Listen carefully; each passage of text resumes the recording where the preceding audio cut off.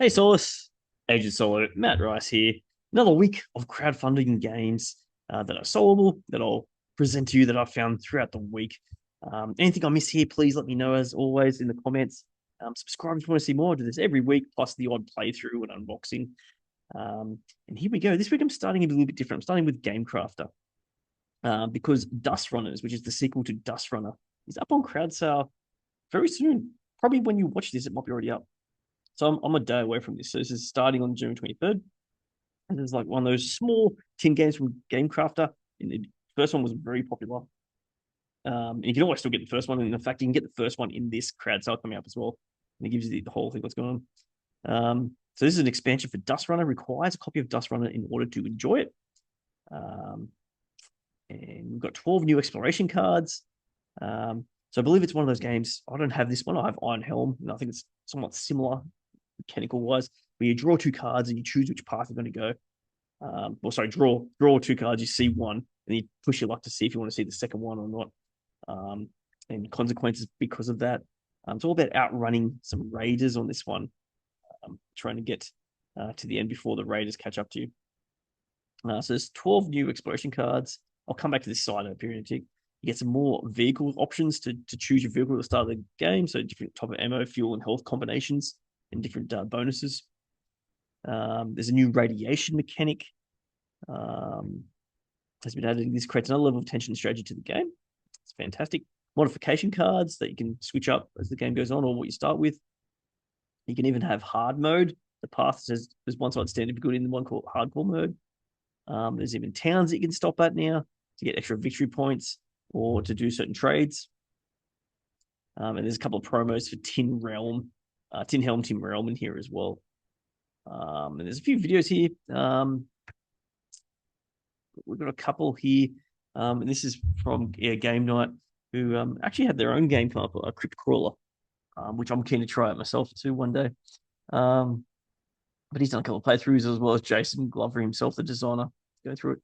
If you're new to Gamecraft, what happens is the more this sells, the more discount you get.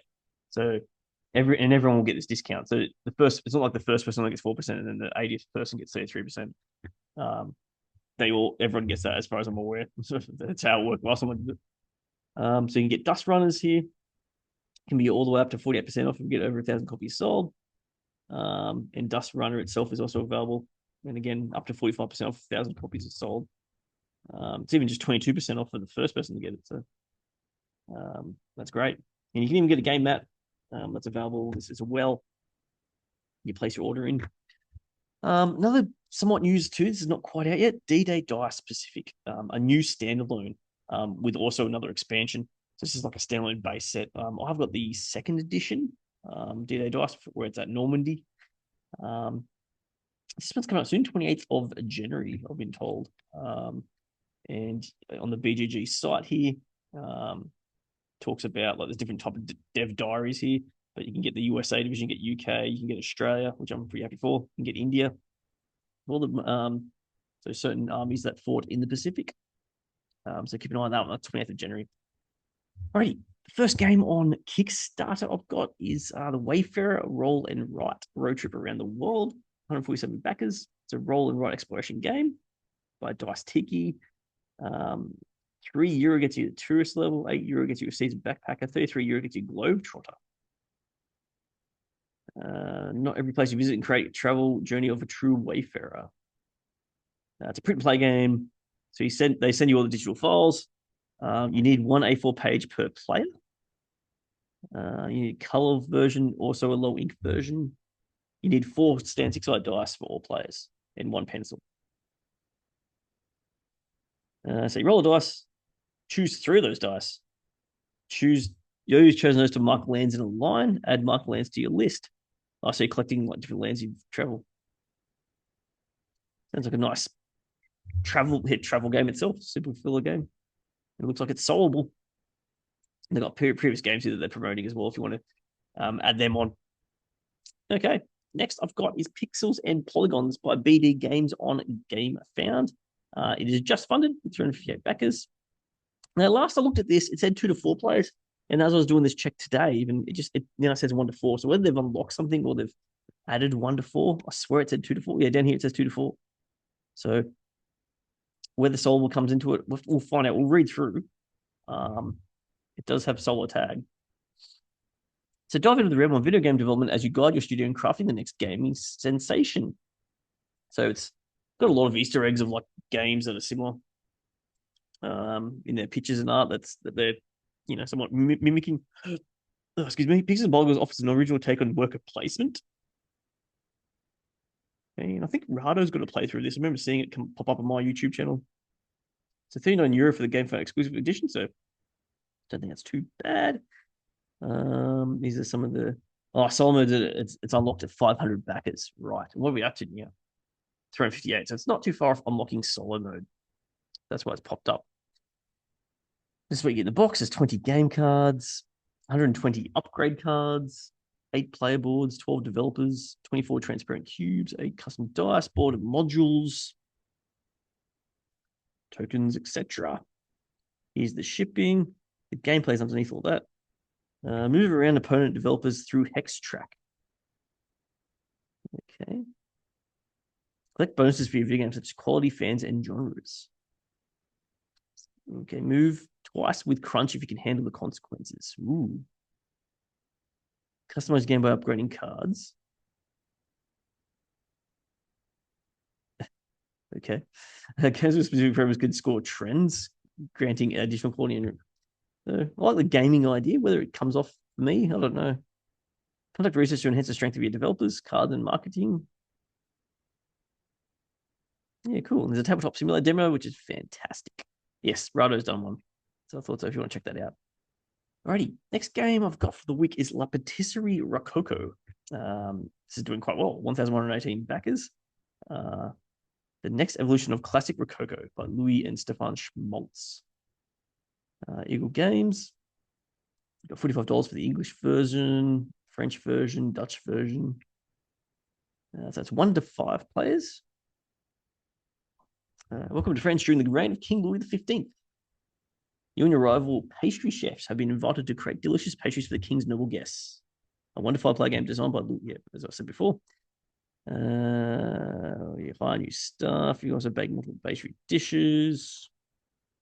How to play. There's a person that does it for you. Here, there's a draft rule book, so it's not really going to go through the detail. I don't think this is what you get. You get some baking trays, start staff cards, coins, furniture tiles, ingredient topping tiles, cloth bags. That's promising to be cheaper on here as opposed to retail, supposedly. Receive the game before official release. So it looks like it's coming to retail. Okay. So this is comparison to Rococo. So it's meant to be what? It's a more streamlined version, I imagine. So more variability, but also streamlined and cheaper. Solo mode, yes, with 3 difficulty levels. Okay. Well, the base version of Rococo only had it in their deluxe version. Rado again. He's getting busy. Antlab Games. Very cool. Add-ons, you get some other add-on games, etc. That might be it. And we'll go to shipping down here. Yeah, plenty of places shipping to. Yeah, well. All right, next one. Teotihuacan, City of Gods Deluxe Master, the second print. Another worker placement Euro strategy game. I think it's a theme. There's a lot of the town worker placement games this week. New expansion, new standalone version, 380 backers. 1 to 4 players. Got set collection, competitive worker placement, but it also has solo. So it's their second edition. Why back now? Fully upgraded, 5th player expansion. Plastic insert, amazing price. Deluxe compared to stand, so that's the one that's in retail at the moment, this one here. New refreshed illustrations, double-sided boards, player aids, wood custom dice. So it's just like deluxeified version of the retail version. It's interesting they're doing this though, because I'm not sure if there's a reward for just deluxeifying the current set you have, I wonder. Because it's been out for a while. More components. Expansion. There might be like new expansions. I've never played the original. We talked about all of that. There's reviews and some playthroughs down here. Pledge levels. €119 for the deluxe pledge, 179 for the all-in. And there's add-ons here separately, which you could probably get on. Maybe that's how you can get on if you have the retail version. You just want to update a few things. Curious. Not sure how solo works, but it's been around for a while, so I imagine there's a solo mode. All right, next we got is Baghdad, the City of Peace. 746 backers, doing very well. About 3 times funded, bit over. Explore the golden age of Baghdad in this rondel placement advanced Euro game, designed by Fabio Lapiano and Nestore Mengoni. I butcher names a lot, I'm sorry. So you can get pledge money, you get retail edition £45, deluxe edition £50, collectors for £79, group pledges, etc. 1 to 4 players. So it's coming to retail. Asymmetric player boards. We're going to build the Palace of the Golden Gate. Okay, so it looks like a rondel style, as it says. Cool. Essen collection you can get from Essen. The circular game board, different board sideboards, 4 dual air boards. You get heaps of wooden pieces, illustrated cards, punchboard tokens. This is where you get deluxe and collectors, etc. What's in the solo mode? So your artist says, I love the conveyor belt mechanism in this game. Placing the card down is like a ticking time bomb. There's 4 solo boards. Develop an automata to challenge you. Compete against it to prove your value as the Caliph's courtier. 16 solo mode cards. There's 4 difficulty levels. That's pretty nice. I'm glad it actually talks about solo mode a bit more. That's really good. Each turn, the solo bot draws a card or add together the movement from the drawn card on the top face down card and on the solo deck to determine movement. I'll probably understand that more when I see it in front of you. Reacting to your strategy, the solo bot prioritizes actions that you have completed the most over actions you avoid. That's pretty cool if it actually can do that. It's pretty smart. It's compatible with all Kickstarter expansions and modules. Very cool. I like the sound of that, actually.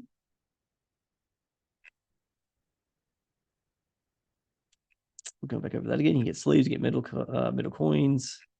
So there's the rulebook here, Tabletop Simulator. There's some reviews. Rado, again, he's busy, man.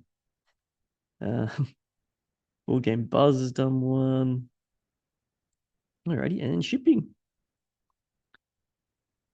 Okay, there's even like retail pledges and stuff too. So expecting it to be big. Next one I've got is 1811 Albuera. Second edition tactical workshop. The famous Napoleonic battle is depicted in lavish historical details using the second edition of the innovative fixed bayonets tactical system. Hexagons and counters battalion level combat simulation. 83 backers so far. It's 1 to 2 players. It's a second edition, so it must be already out there. So it's one of these type of war games. So you have these counters that have plenty of stats. It's $49.99 for the early bird discount, $42.99 for previous owners. Standard copy. Components. How you read the inventories. Okay. Event card. There's a map. How to play. Playthrough reviews. That's really handy. Love that. Some shipping rates and timeline. Neat little campaign there. Hope it does well. Wishing it the best. Next one I've got is Brutal Beatdown Infestation. This is a print and play, a thematic solo only fighting themed enemy elimination dice game for ages 12 plus that plays in 20 to 30 minutes. It's got 12 backers. It's almost funded with 12 backers. It's by Curry. So $1 pay what you want. Get a PNP copy of Brutal Beatdown Infestation along with extras, including all stretch goals.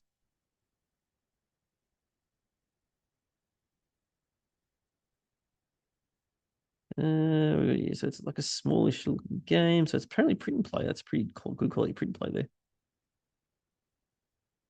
there. For pledge, blah, blah, bonus content you can get. So it's all, imagine this will be all downloadable stuff. How to set up. It's just a one-on-one fighting game, but apparently solo. There's a video there, which is great. How to play, excellent. Bit of a quick rundown here. Planning phase, roll of dice. Black dice determine the opponent's actions. Okay. Attackers along with what action the opponent will make. Action phase. Hit boxes. All right, excellent. Yeah, cool. Nice little neat game books things. Choose your items. There's stretch goals. And there we have it. All righty. What we've got left? One more to go in terms of board games. We've got one more after that to talk about at the end. What have we got here? This is a relaunch. The Treasure Ship of Zheng.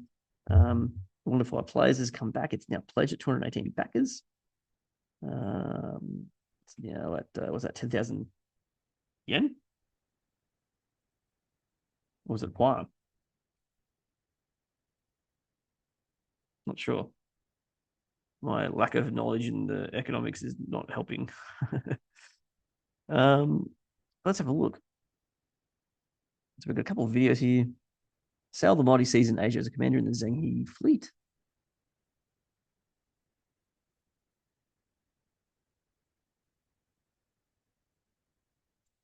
So in the planning phase, the order of high official ranks selected. Players will choose which leg of the voyage they want to command. The commander for the leg is the one who chooses which route to take. Okay. Each route less specific actions, resources. Yeah, I like the geography, the detail of the map here.